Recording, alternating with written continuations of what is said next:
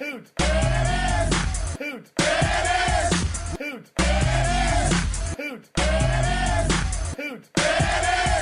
Hoot! Hoot!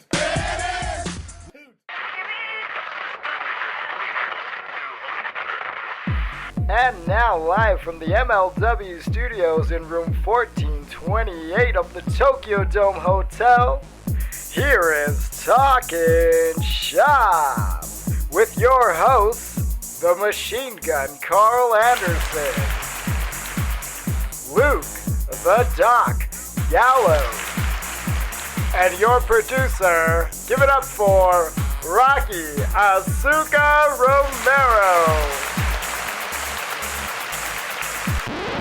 What up, Hoots? It's your producer, Rocky Asuka Romero here, and back by popular demand, because I took the week off, is my intro. Welcome to Talkin' Shop, episode 37. I think that's what it is, 37. I never know. So many now. I can't keep up. Welcome. And I didn't prepare anything, so I have no idea what the hell I'm supposed to talk about. But I do want to play you a brand new jam that I made. So in case you missed it, myself and Trent Beretta, aka formerly known as Trent Beretta, because I believe he's going to be called Beretta now. But we're forming a tag team in New Japan and ROH. And we'll debut this weekend, actually, in Milwaukee and Chicago for Ring of Honor.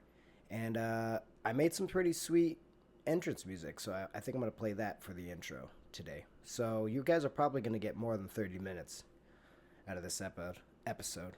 Can't even talk. Jeez. So here is the Roppongi Vice theme music. That's our name, Roppongi Vice, RPG Vice. And then after that, let's get to the episode.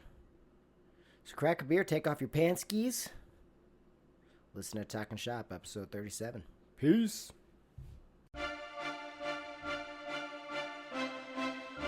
We live in a world where even kings have vices. Well, and we are the kings and we are your vice. You see, we the true kings, the kings of the night, kings of the lights. Roppongi Vice! Roppongi, Roppongi, Roppongi lights, Roppongi Vice, Roppongi, Roppongi, Roppongi lights, Roppongi Vice, Roppongi, Roppongi, Roppongi lights, Roppongi Vice, Roppongi, Roppongi. Beretta and Romero ain't nothing I'm swift. 4-finger rings, it says Vice, man, the homeboy mono, and we're demon got a sights in. Roppongi streets is what we're reppin'. Chaos is the faction, and here is the weapon. Beretta on your side, ha, that's a joke. Beretta on my side, question mark, dope.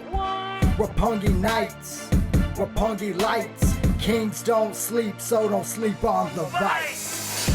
Roppongi, Roppongi, Roppongi lights, Roppongi Vice, Roppongi, Roppongi, Roppongi lights, Roppongi Vice, Roppongi, Roppongi, Roppongi lights, Roppongi Vice, Roppongi, Roppongi. Beretta and Romero ain't nothing I'm swift. Dressed to the nines, eye patch wearing, fur on the bandana, all the girlies be staring. New best friends. Alright. Shout out to Chucky T, make it 3 amigos and just add me. Beretta and Romero, we going click clack. All you other juniors, you better step back. Forever is forever. You best remember that when Trenty and Asuka walk away with them straps. Roppongi Vice Roppongi! stays up real late, drinking in hotels like weirdos, and then we go eat McGriddles from Japanese McDonald's super early in the morning. Roppongi, Roppongi Vice, Kozlov, Roppongi lights, this is in memory Roppongi of you, Vice, buddy. Roppongi, Roppongi, Roppongi lights, Roppongi Vice, Roppongi, Roppongi, Roppongi lights, Roppongi Vice, Rapungi, Rapungi, Beretta and Romero ain't nothing sweet. Rapungi, Rapungi, Rapungi lights, Rapungi vice, Rapungi, Rapungi, Rapungi lights, Rapungi vice, Rapungi, Rapungi, Rapungi lights, Rapungi vice, Rapungi, Rapungi, Beretta and Romero ain't nothing sweet. Yeah, this is ridiculous.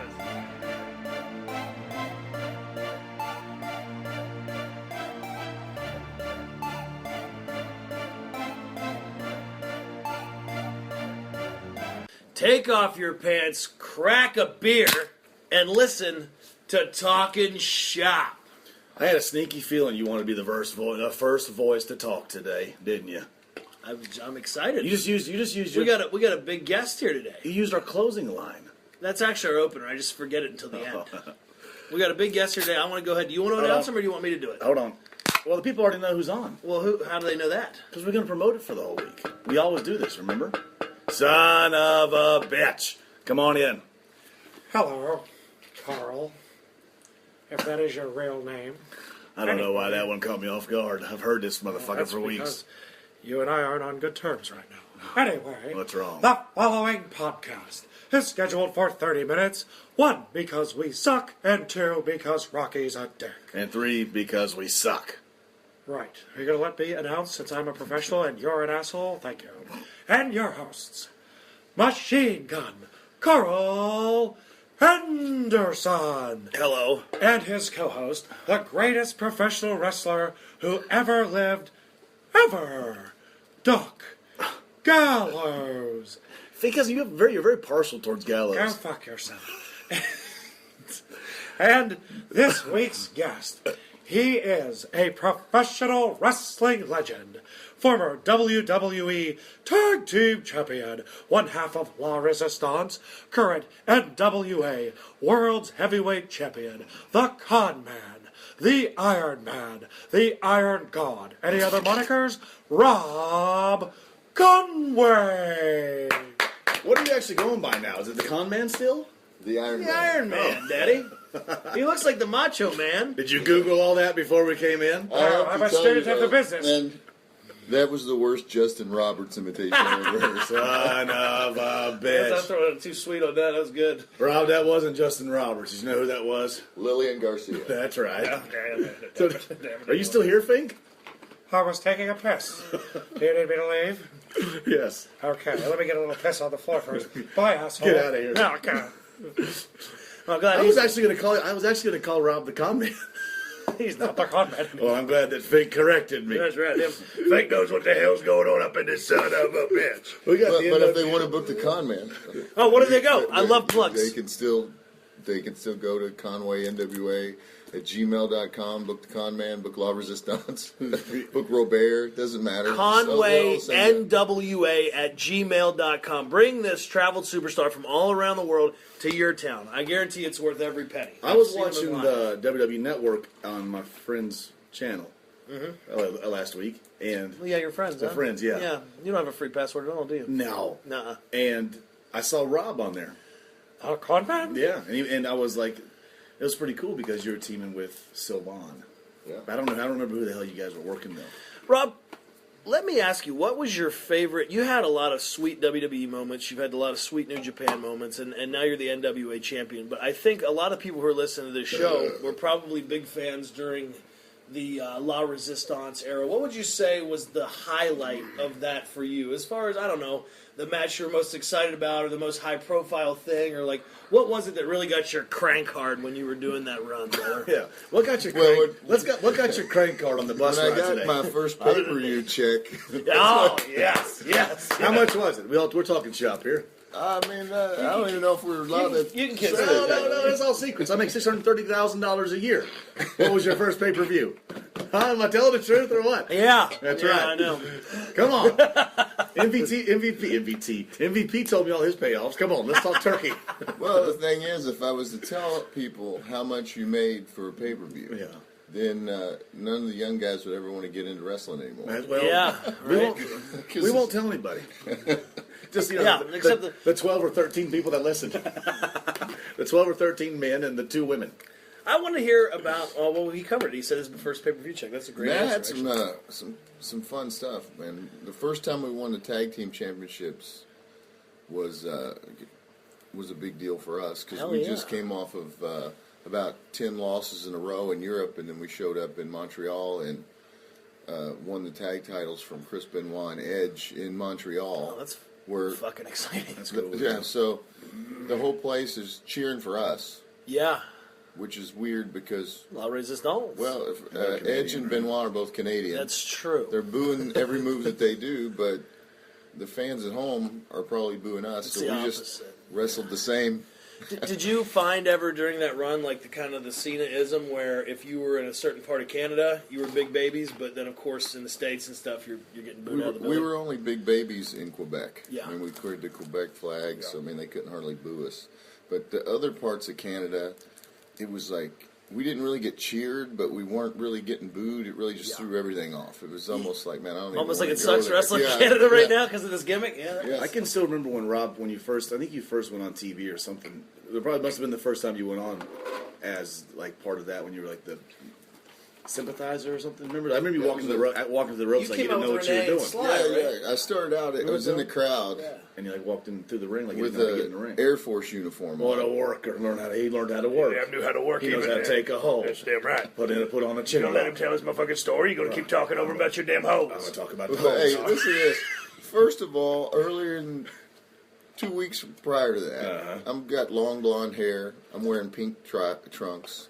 They brought me up and we're going to team me with Stevie Richards and make Victoria my girlfriend. Yeah. And they were going to call me the Golden Boy. Dude, That Rip doesn't had to be sound so terrible. thrilled with that. Which was great with me. I'm wrestling Tommy Yeah, Dreamer that night. of course. Then about 6:30, Johnny Ace comes to me and goes, "Hey Robbie, we shit canned your match tonight, and you're not on the road." Oh, great. And Thanks. I was like, "Oh, that pretty much That's wonderful. killed my career. It's like I hadn't even done anything yet." all your aspirations just like well, they just got flushed down the toilet.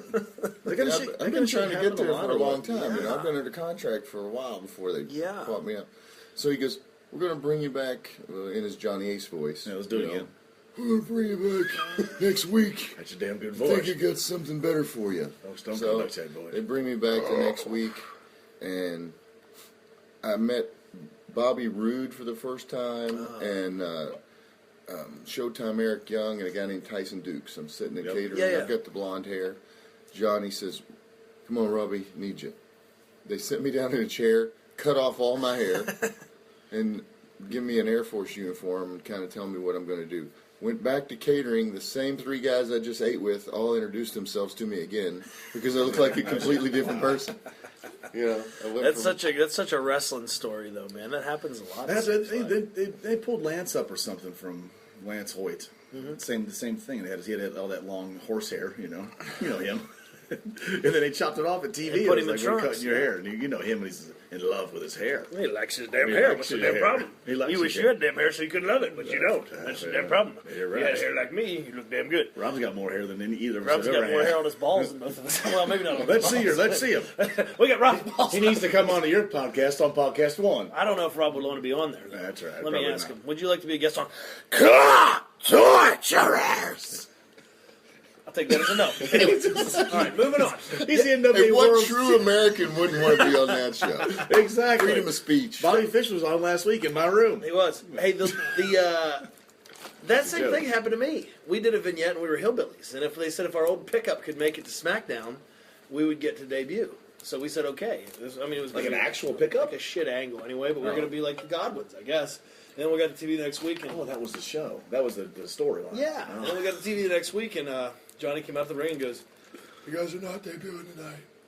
meet me in Vince's office. And we're like, oh, Jesus, we've You're never thinking even you're talked to getting fired. Vince. Like, Getting fired. we're done. Why is Vince got to do it personally? It's going to hurt way more than a letter or a phone call, you know? And they called us in there and explained Jesse and Festus. So I feel like that must happen a lot because no matter what you think or they're telling you in developmental, you know, if Vince looks at it and changes his mind, then you do, obviously, whatever the hell he Yeah, says. one other time they had me and Nick Dinsmore. They told me, because I used to play basketball in college, So What they said college? it was Graceland University In Kentucky? in Indiana. Oh, it's okay. Defunct now. It didn't last very long. Well, you know, it was good while it lasted. That's because they gave Rob a scholarship and they lost all their money. But they told me to start practicing dribbling again because when Cena was a Thug Life guy, we were going to be like his entourage, and I was going to go to the ring like with my hat sideways, like dribbling. Like Bull Buchanan did? Kinda? Similar but different. Oh, okay. You know, I just remember when Bull was doing that for a minute, you know? B When he was squared. B squared. Yeah, B squared, Daddy. I know that well. Bull just retired. Hello, Bull. I know you don't listen to this podcast at all, but That's why I say hi to him. well, just in case. Hi, Bull. You saying I ain't hard, boy? Oh, how are you? I don't know. Let me check you out. Anyway. I wrestled Bull Buchanan in OVW quite a bit. He was an inmate that they let out Bull looks just like to an come inmate. to the wrestling shows, and he was in handcuffs That's to great. come to the I matches. love stuff like and then he got called up to WWE as an actual prison guard. So he And went from now, inmate in to real prison life, he just retired and he is an actual prison guard. guard. Oh, Yeah. well, Full circle. So, Rob, OVW, that brings me to something I really wanted to ask you. I was thinking about this when I was selling gimmicks in my room, these fucking marks. Yeah, that's made a little dough, though. Tell me a good Rip Rogers story. Because I don't know about among the fans, because he was a yesteryear guy. The older fans remember him. But among the boys, I love him. Rip Rogers he's a bona fide legend, and he's probably one of the most awesome, outlandish, wild, but savvy to the game pro wrestlers of all time. And I know you got a million of them, so if you could give us one, man. Well, this one that I just think is just funny to me. It's got to be funny to the guys because at the time when I started in OVW, Danny Davis runs the place. Rip Rogers was the veteran booker. Yeah. Okay, he's in charge. The hustler. So you know, And trainer? Was he the trainer and stuff? he wasn't the trainer yet. Danny Davis was still the hands-on okay. trainer / hey, Rob, Nick, show these guys what So to do. Danny trained you, then you guys trained, and Then we Rip trained booked. everybody else. Okay. So, we got this junior heavyweight title, and we were going to have a big tournament for it. So Rip had always talked about this midget that he was good friends with, was a great worker. So Danny, who's the cheapest guy ever, decided to help fly the midget in from Seattle. He said Danny's the cheapest guy. Danny is the Good cheapest for guy him. in the world. That's great. That's why he's got. That's why he's big ass successful. house. He's got way more money than Get a all big of damn house, us. that's right. Yeah. So Teach me your ways, back Danny. when this happened, okay, you know, these guys never showed anything other than unity, no matter what. I mean, that's the way coaches are, you know, never. Yeah. And back before 9/11, you could, when someone flew in, you could walk right up to the gate and pick them up. Get 'em, hey. So we're backstage. When I say stage, it was a hallway, and then Danny had an office.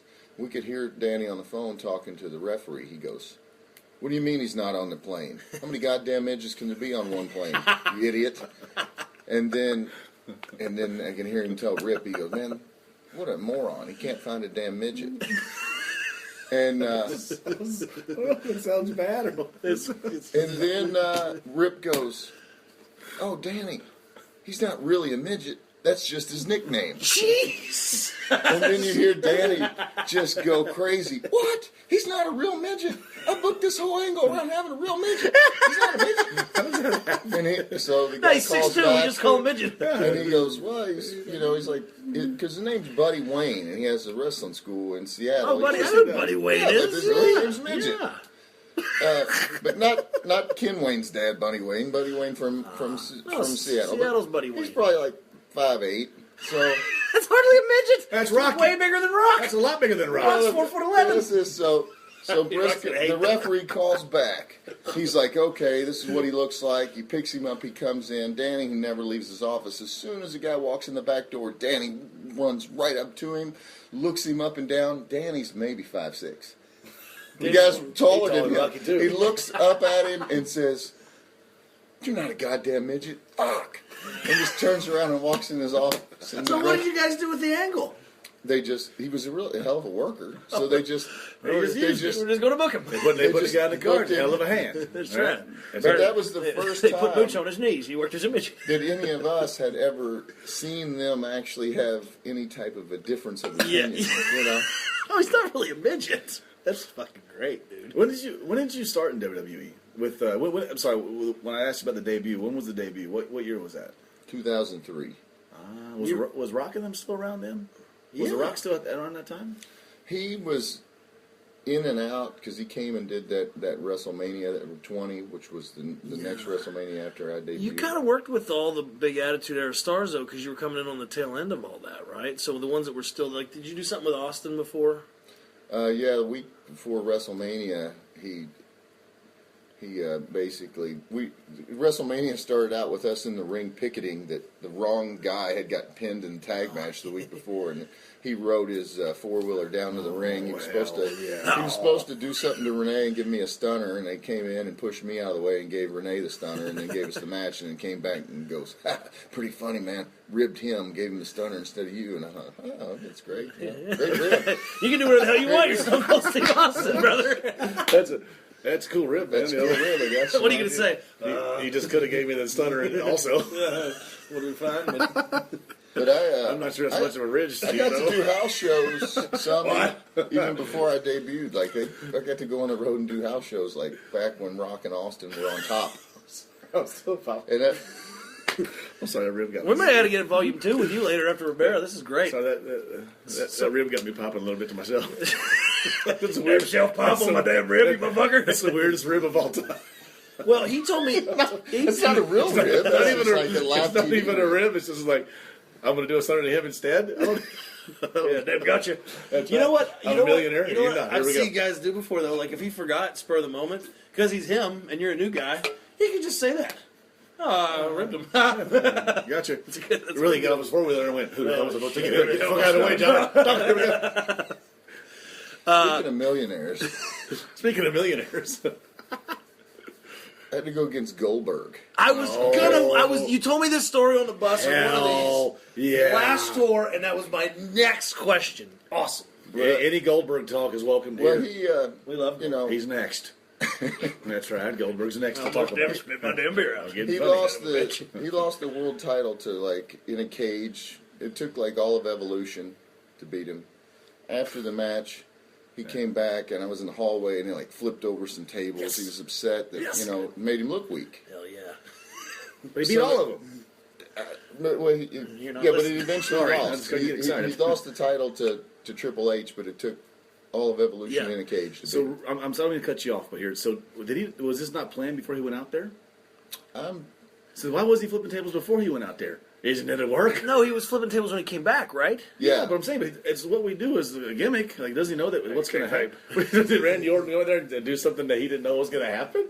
No, Hoot. That's the point of the story. Before you cut the motherfucker off. Certainly, I don't understand what you mean, because like when I win, it's real. When I lose, I think there's something going on. That might be me either. I don't know either. Anyway, I forgot. So he was pissed off, and he looked weak after. He looked weak. So the next day,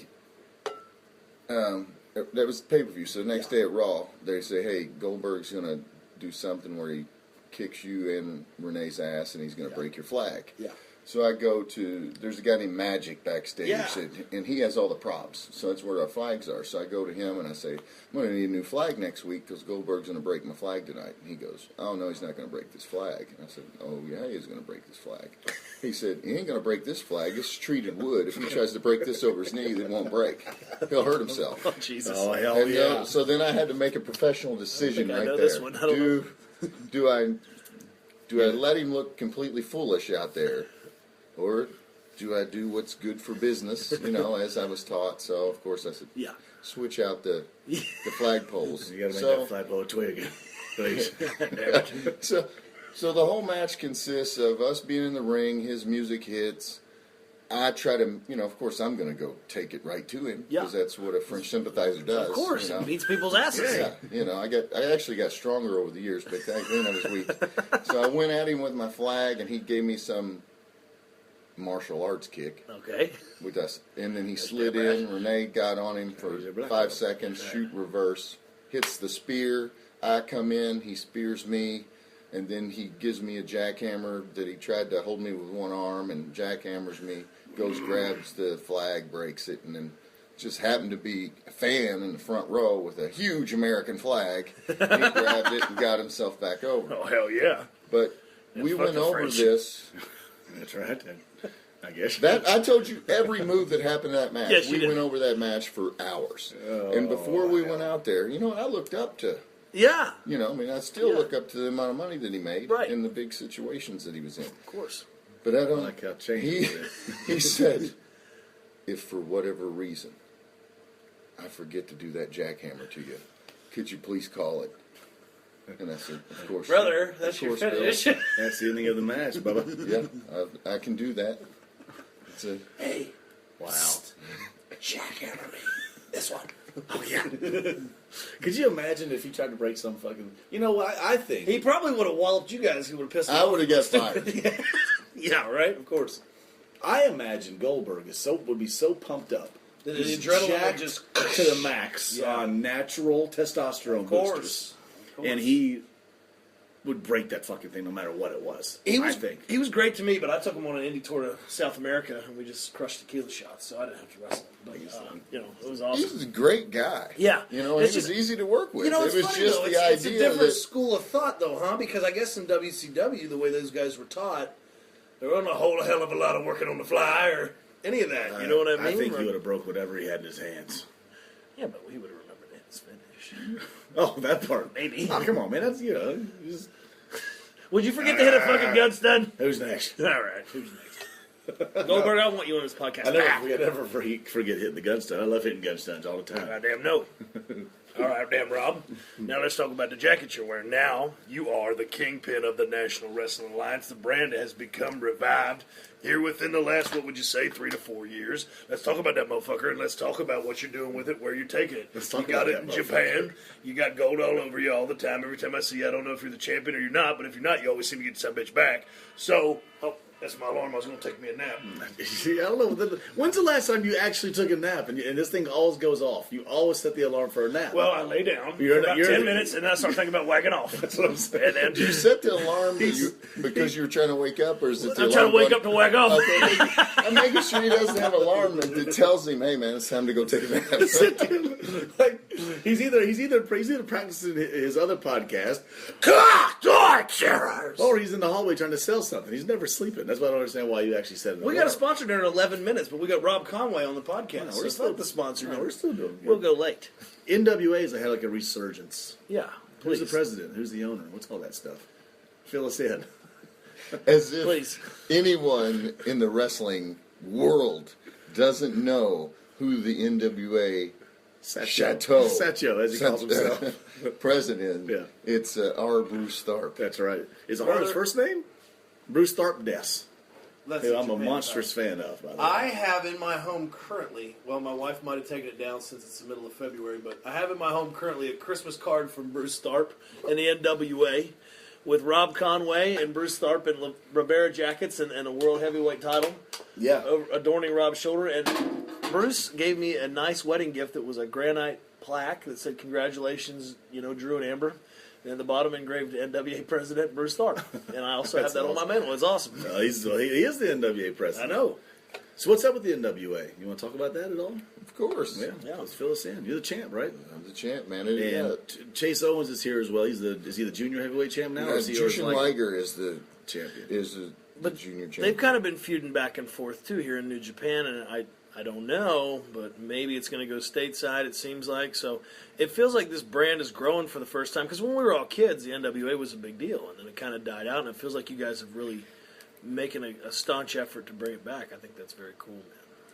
Well, in the States, there needs to be some pro wrestling. Yes. I mean, right now, if you want to watch pro wrestling in the States, you got to catch Lucha New Underground. Japan Oh. Pro Wrestling on Friday nights on that Right, on Access channel. TV, baby. But so that's the idea is NWA to bring back less talk, more action. More action, absolutely. And coming over here in New Japan is really to get that kind of theme to wrestling. It's great. Right now we've got like 21. They call them licensees throughout the country. So that's the thing about NWA is that a lot of people don't realize that 21 representatives, companies, that have an average of at least 1 to 4 shows a month. And if you've got 20 guys minimum on each show, probably the largest wrestling company in the United States. In the United States, absolutely. And it is exciting, man. We got an NWA licensee in Atlanta, and NWA Atlanta. I've been there several times. You and I both. Well, we probably already will have been there when this comes out. But February 21st, NWA BOW in Texas, and I heard those guys are doing some really big numbers down there. That's exciting stuff, man. I look at some of these cards, and you guys have some stacked up shows, and you're drawing some good houses, especially like on an independent level. So it's exciting, man. You're doing a good job holding the damn belt, Rob. That's right. I met you for the first time on an NWA show. Is that right? The NWA when Dave Marquez was in charge of all that. Yep. That was in 2007. Wrestling showcases. Yeah, What do you call it? Yeah, I think it was actually like in Houston or something, wasn't it? Texas. I think it was in Texas. It was in He had Texas. the show. It was us and. You guys were in a cage, I think a bloody battle in a cage with got a Los little color in Luchadors. that. That's right. A little sauce. Got a little sauce for the people. For the boys in the back. Got a little sauce for the boys. Cut a little juice for the boys. That's You know how it But is. even then, the NWA, I believe that show there was about 3,500 people there. Yeah, there was. But because it was in Texas, it just didn't get the kind of like buzz, get publicity. like publicity Yeah. that a lot of things get in the Northeast. Some of those shows that do so good in Texas, like I've been surprised when I've done independence down there because you'll go, holy shit, and you don't hear about it. Like you said, the Northeast has their own bubble, though, I think, and people just equate that to where all the wrestling stuff is. It's non-WWE TNA, but that's awesome, man. Is there a home base now for the NWA? There's no home promotion, and that's something that I've talked to Bruce about, is having like what you consider like a flagship promotion. Sure, yeah. Where if we were going to have national television, that it would be the caliber of a building and promotion that you could do that, and then have something that for the other licensees to like emulate. Like this is what you should aspire to be like, and but they've only been Bruce has only been the president now for just a little over 2 years, and he's done. You know, I mean, he's got a lot of personality, and we kind of joke about that. But as far as actually getting the job done, he's done a lot for 2 years compared to what had happened over probably the last 5 or 6. He's a charismatic guy. He's a charismatic guy. He's also a brand builder because he does promote his ass off, and I think there's more awareness now for sure than there was 5, 6, 10 years ago for sure, man. Yeah, especially with him coming over to Japan and bringing the champions to Japan and bringing some of the Japanese boys to Texas and stuff. It's people know about the NWA a lot more than they did probably before. Let's talk about the Cauliflower Alley Club, man. I've never been. You go every year. You defend the NWA title. You just wrestled Kojima there this past year, I believe. What's that thing like? I was always wondering this, to wrestle there. You got all these old-time guys, and a lot of the old-time guys, in some cases, no matter what we do, hate all of us. They don't damn like it. That's right. Is that ever a factor in your mind? Is it fun? Well, past year was actually the first time I'd ever been, so I was thinking the same thing. But generally, the veteran wrestlers, you know, the older veteran wrestlers, I think that most of them are past that. I think they just like the fact that the guys that are still doing it acknowledge that they know who they are. That's and cool, they watch them, and absolutely. there's a camaraderie there. But, you know, like, there's guys that I trained with, and we mentioned Rip Rogers. Sure. You know, Rip Rogers would kind of get on to, if he watched, you know, some of the junior heavyweight matches, Sure. you know, wow, they're doing too much. But then again, somebody who's 20 years older than him might be like, my God, he just shot him off the ropes. Yeah, Well, exactly. You know, so exactly. it just evolves. It's an and evolving you have to kind of concept, change for sure. with the business, and that's what, you know. You said something about me looking like Randy Savage, and that's not. You know, it's not an accident, especially in some of the matches over here. I just happen to have the same boots and trunks. And it looks awesome. But he's a guy who was over, you know, close to 50 when he was in WCW. Right. You know, in his 40s. But whether it was having the good-looking chicks with him and stuff like that, he kind of evolved. He always evolved. He went from the trunks to the long tights to coming back jacked with the black gear and the hot chick. and just everything. you know, there's a guy who changed with the times. Yeah. It's almost like a guy like Taker who just continued to evolve and stuff like that. And yeah, that's the name of staying ahead of the game, I guess. It's awesome, man. You got anything you want to plug? Man, I always plugging Twitter, even though I just haven't been on it that long. We got to get you more active on there, brother. I know it. Come on, Rob. The Rob Step up. Conway, and then Tweet something Conway funny. NWA at gmail.com is the best way to book me. Rob Conway, NWA at gmail.com. One thing's for sure, though. If you love pro wrestling, if you love Rob Conway, if you love the Son of a NWA, New bitch. Japan Here he Pro goes. Wrestling, WWE, TNA, the independents from the backyards to the big leagues. If you want to support pro wrestling and the wrestlers who live inside of it, go to ProWrestlingTees.com/BigLG and buy a fucking shirt. Rob, Who's your favorite wrestler of all time? Savage. That's awesome. The Macho Man. Ooh, yeah. And then Jerry Lawler. Of course, right? As a Jerry girl Lawler's watching sweet, man. I love Jerry watching Lawler, old he Jerry was- Lawler. Jerry Lawler and Terry Funk. Oh my God, some of that Memphis stuff was amazing. You did a lot of stuff in Memphis too, huh? I mean, I haven't wrestled a lot in Memphis, Yeah. but I mean that's literally what I grew What you up came up watching. on. We called it Channel 3 wrestling on Saturdays. Evansville was what night on the loop for them? A Wednesday. Wednesday night. Tuesday night at the Louisville Gardens. That's what I grew up with. I didn't even know there was a Wednesday or a Saturday. They were doing 11,000 every Monday night in a territory in Memphis. God, what a golden era that was, especially for a regional promotion. Rob, we're out of here, brother. Thanks for coming in.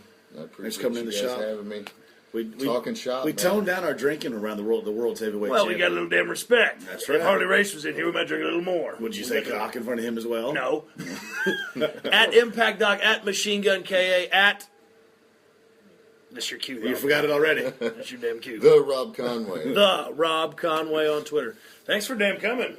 Thanks for listening in, everybody. Rob, thanks for coming, good brother. Appreciate it, guys. Do it the Conway. We're out of here. Oh, hell yeah.